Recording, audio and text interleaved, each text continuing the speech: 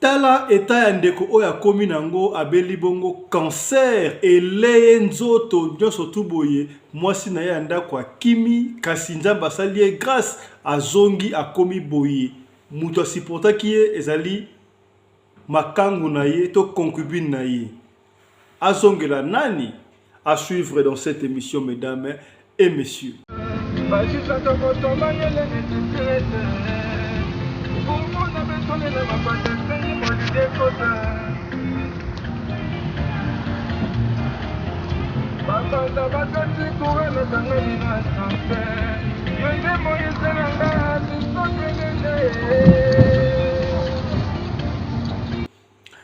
Mbote na bino bandeko balandi ya radio lokole télévision bisika nyonso tu bozwami merci na confiance pe fidélité au bopesaka na programme oyo epai wapi biso na bino tokutanaka chaque fois pona kobeta masolo na esaka bino chaque fois masolo oyo tobetaka ezwaka ba histoire vraie bino moko nde bopesaka biso masolo ekoleka na communauté na bino ekoleka na famille na yo ekoleka pa baninga na yo epai ekozala pe ya yo moko bopesaka biso tobetaka masolo mpona konuire bato te mais plutôt mpona kobongisaka ya communauté esika mabe ezali tobongisa po to avancer normalement basolo mosusu tobetelaka bino bandeko epesaka bino pe courage et fortifier rabino et sika okweki pour ko ate pe ko telema et sika bandeko bazaki na erreur ba bongisa po batambola bongo o nzela ya malamu o ba ebingai merci longoni ya matondo zongo epa na bino o ebingai te kombo na ngai Fiston Pelende tata ya Sedek ndinga benga kangai. Merci Yannick Kini, sponsor officiel de la chaîne Oyo Radio Lokole Télévision. Merci à toi, Didier Djenga Bokulaka et Kofo, autorité morale, homme d'affaires, mais aussi à Bongo Nyons tout le Sako. Il y a Maman Meta Mukendi, Tizo Lushombo, un prince à New York, Mbote, il y a Maman Fran, la Bossanité, Yaya Boza, Salon Hilary, na Rosentenville, tout le monde dans la position Sokuna Kuna Okata Asuki. On est ensemble quoi. Les autres combattent la lolo et pesi pasi bandeko. Na éviter to asala analyse kaka. Bomoni ndeko azongela nani abala nani atika nani pour makambo za na niveau ya l'état pour pesa ka conseil. Ndeko bozomona na photo wana ndeko wana zali ndeko mobali isoro esalami awa en Afrique du Sud. Ndeko eta komi wana cancer ese liaki nzoto le koma une étape mon final. Ndenge kaka balobaka tobete masolo ya cancer ebele awa mama moko na Cape Town cancer epesa ki tumeur de ya mutu ya cerveau consort ba médecin esa ki akufa dans un mois mais maman wana poussa la kiti azoki 2 mois de plus et puis nzaba yoko so molimo na yeboka témoignage na yi ils appellent le kola ndeko apesi liso na témoignage to beta yango to ali ko beta po to beta ka lisolo soki ndeko apesi biso to beta soki to beta no pe lisolo o ndeko o moni que version des yango te on a droit ya ko senga réponse le droit de réponse au bengi biso ta limemia papa Fiston au moins lisolo bengaki ngai na za intel ezali bongo te ezali boye to ko bongisa kaka poda to beta ka masolo ka pona ko nuire ba tout mais pona ko éclairer opinion na biso pona tout tamla bongo malamu. Ndeko bozomona wana cancer lié wana ndela lobaki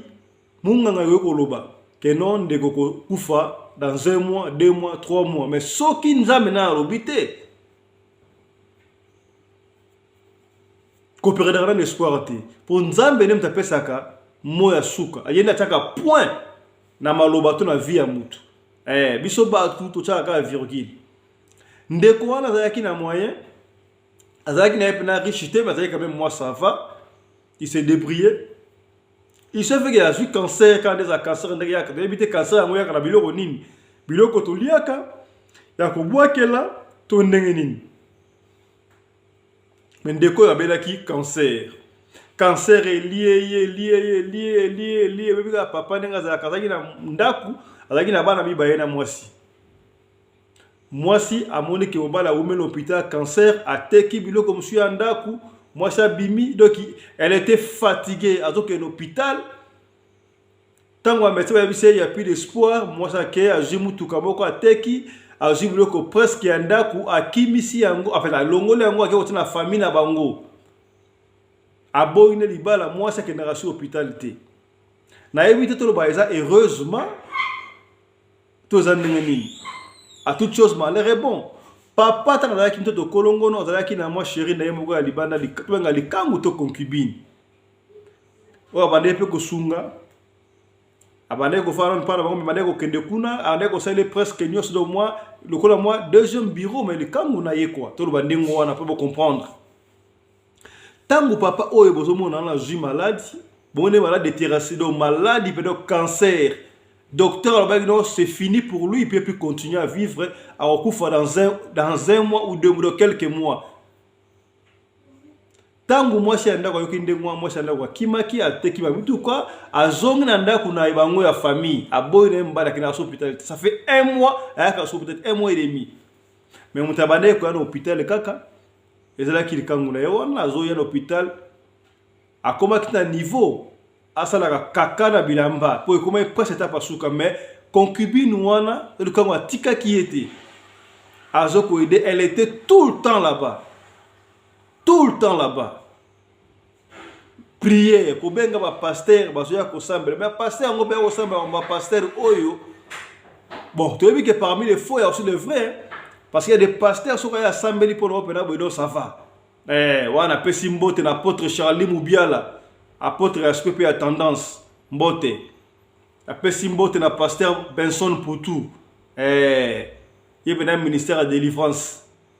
pour un pasteur à solo bazali pena oumela ba pasteur prière nzamba ko sala miracle ndeko wana abandi ko se rétablir miraculeusement abandi ko zongela abandi ko le komaki difficile abandi ko le muke nzote bandi ko zonga abandi ko fanda kaka ndeko mwana image wana ndeko wana ye ko zonga chose grave bandeko tala siko image oyo ndeko wana quelque temps après parce qu'il y a pesi témoignage a tuni pe mutuna asala ndenge nini moi si na ye liboso wana kenda mona na rapete kenda na yepa kenda azela ka l'hôpital parce que l'hôpital ou bien l'hôpital en Afrique du Sud awa batika ka numéro ya mutu soki ndeko na buna kufi nde ba bengi yo tanki ba bengi yo te lo soki ndeko na buna na kufi te ndeko mwasi wana kenda na ye ba pesa ki ye 1 mois to 2 mois ba ki mbala ko kufa mais amoni ba delo ya benga ki ye eleki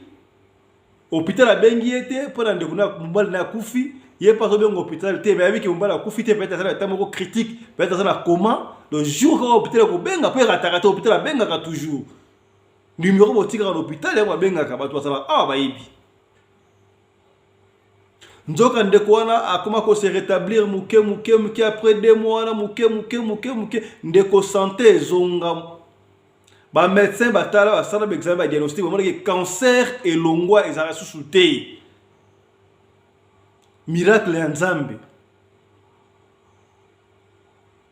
mwana mbala wana bima na hôpital botala ndinga komi bota ndinga akomi ba permettre biso la sa photo wana tamoni mwana tala mbala tala des photos wana bo moni koto ndinga sala ki biso na beto hôpital wana cancer bo moy ndinga akomi siko tala likangu na iyo wana tala plan ndinga zongi mafuta nzamba asali miracle esengote bana nzambi tala lisolo ya lelo ezali solo ya esengo kasi lite ezali ke mutune ezali tangu ndeko mwasi na ye ya kalama ya ndako na ye amoni eleki à peu près 5 à 6 mois hôpital abengaka te au lieu kutu akende ko vérifier mais abengi na hôpital wana apesi kombo ya mbal na ye babi ozobenga po aller parce que tosi to bimisa na hôpital banda kala déjà ça fait déjà 4 mois abima déjà comment bien moi c'est à mon le corps ma seki lobi na ngwa ke na hôpital wana ko vérifier ake ko vérifier boya kutiki mobile na sa bima lobala bima moi si azo akena ndako na bangeske ba ndako vanda wana akuti sikoyo moi si mususu sana kata ndako ko kibini na ye nalo basali mariage te be basali wana et pesi pasi ndangi tangu ya kimaki ayebisa ki mobali vérité to ngana ko rasu te na kei olimbisi na mole eta pa suka to bana gite pona ngana bana kolongolo ba kaka pona ngana lo sala bo de pesa ki bien te alobela ki maloba bien te ngana kenda ki déjà njoka mobala bomba ye maloba wana effectivement tanga ye na ndako amoni mobali na mwasi wana mususu wana mobali est clair mais toi tu m'avais rejeté au boaka kingai ye ozobenga ndumba concubine oyo nde a supporter kinga de tawana nzambe na ya sali grâce na komi boyi je n'ai plus le temps avec toi moi si wana ya liboso moi ça ndako yebika sali désordre ake kofunda na parquet afungoli dossier benga on y a porté plainte a porté plainte bake ko samba oyebike epesi plutôt pale parce que l'état ndenge a rencontraka moi ça liboso parce que moi si ne wana liboso kimaki basala ki na ye mariage makarabne surtout babala na ki communauté de biens kaka ndenge salaka bakama communauté de biens oyo pe mo tala makambo na ebiti yango bana batu mso mbongo abito bana communauté de biens te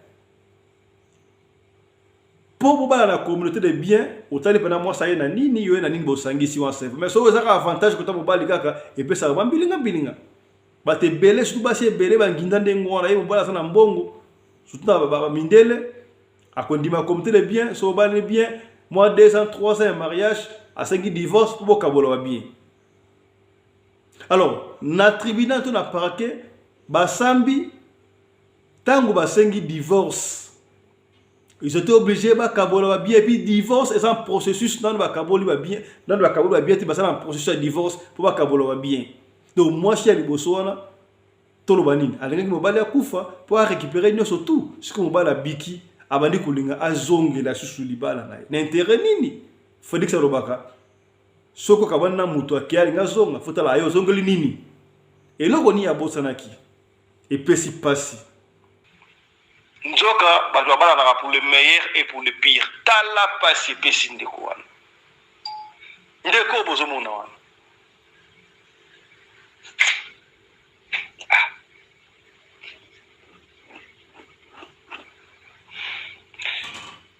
Et pesi pasi bandeko. Et pesi pasi. Donc si l'État condamné alors qu'on a des concubines wana ke ye ayibi mobali ya batu aza juste na droit ya okenanda ko wana te poza libala ya batu oyo alinga yiba siko ndeko wana yo pesa ye mutu ko swa asala nini a expliquer la cote oui cote balandaka toujours mikanda ndenge bosinaki na mariage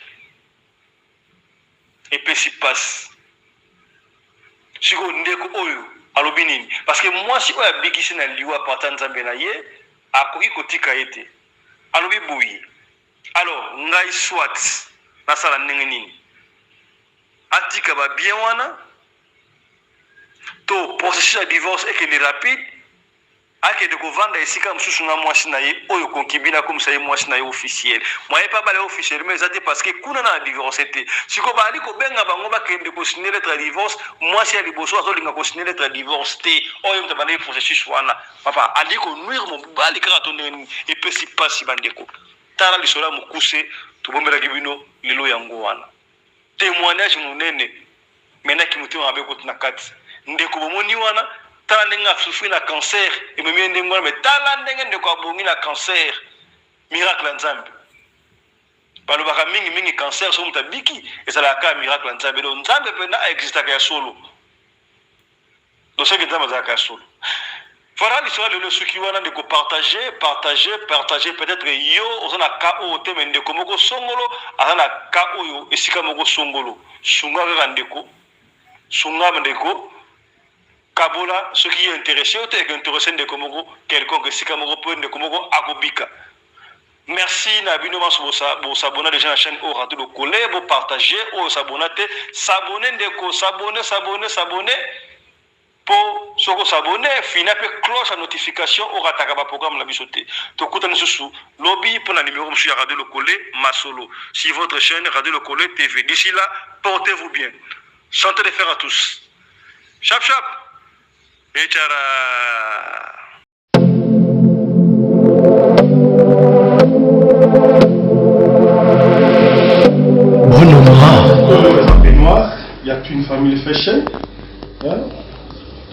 qui a volé la ndako na peignoir na les papa na bonné son mari les yali nyonso tout hein tu une famille déjà c'est le vêtement une famille vraiment la signe non une famille c'est une famille quoi c'est la modèle c'est la couleur révélée na chapeau na kepi une famille les ensemble une famille on a été on a ensemble mais pas moi ils vont donc là tu peux aux la petite na relax voilà nous sommes une famille on tire une famille donc on a dit ça nous sommes à Congo on doit consommer Congo une famille à pour la bino pour consommer en donc c'est une famille on a dit ça nous avons la Congo comment on a dit les vêtements en boula ouais ça m'a accompagné quoi même chacun au côté une famille en collaboration avec Mercedes tu vois pour le tourner là on a Mercedes chacun oyo c'est une famille c'est une famille fashion moi la mboka autombo la bembele mboka papaye oyo jaquette c'est une famille jaquette oyo na chapeau c'est une famille pour salino quoi c'est une famille na chemise naï couture ya ngwana c'est une famille jaquette oyo non hein consommons Congo merci avec un talent puis 26 devenir riche mais avec un travail basé